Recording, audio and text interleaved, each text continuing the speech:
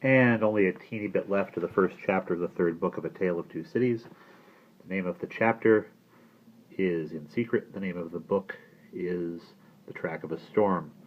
So Darnay has been brought to the La Force prison by Defarge, who knows exactly who he is, but will offer him no help at all.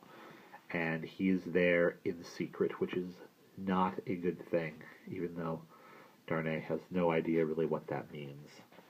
There was a murmur of commiseration as Charles Darnay crossed the room to a grated door where the gaoler awaited him, and many voices, among which the soft and compassionate voices of women were conspicuous, gave him good wishes and encouragement. He turned at the grated door to render the thanks of his heart. It closed under the gaoler's hand, and the apparitions vanished from his sight forever. The wicket opened on a stone staircase leading upward. When they had ascended 40 steps, the prisoner, half an hour, already counted them. The gaoler opened a low black door, and they passed into a solitary cell. It struck cold and damp, but was not dark. "Yours," said the gaoler. "Why am I confined alone?" "How do I know?" "I can buy pen, ink, and paper." "Such are not my orders. You will be visited, and can ask then. At present, you may buy your food and nothing more." They were in the cell, a chair, a table, and a straw mattress.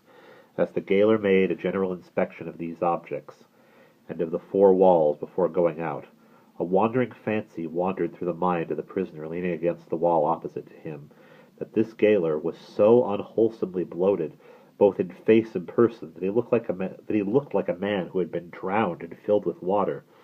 When the gaoler was gone, he thought, in the same wandering way, "Now I am left as if I were dead," stopping then to look down at the mattress. He turned from it with a sick feeling and thought, "And here, in these crawling creatures, is the first condition of the body after death.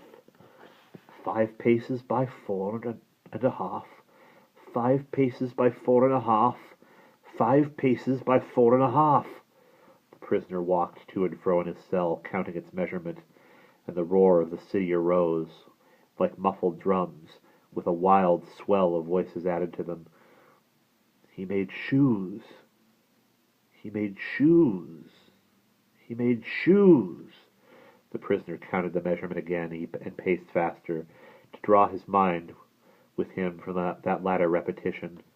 "The ghosts that vanished when the wicket closed.